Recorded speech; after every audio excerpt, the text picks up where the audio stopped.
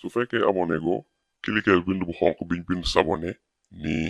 soo cliquer ba pare gis nga am na cloche bu génn ci côté bi nga cliquer tamit cloche bi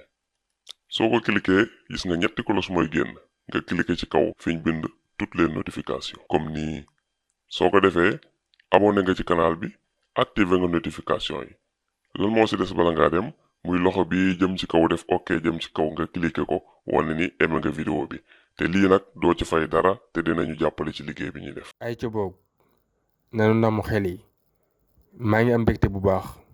ci topp ngeen ñu topp fii ci sunu YouTube bii di Kolere TV caxu tey bi mooy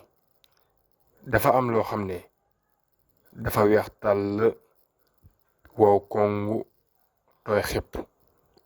loolu lay laajte mooy lan kon nañ ci xalaat kon nañu sonal sunu xel yi ndaxte xel jëriñ lu xalaat ñu leen jaajëfal bu baax ci ànd gi ngeen ànd ak ñun fii ci Kolere TV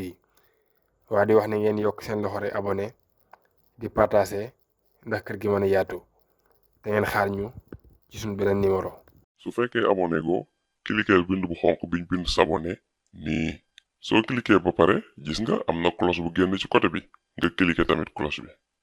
soo ko cliquer gis nga ñetti cloche mooy génn nga cliquer ci kaw fiñ bind toutes les notifications comme nii soo ko defee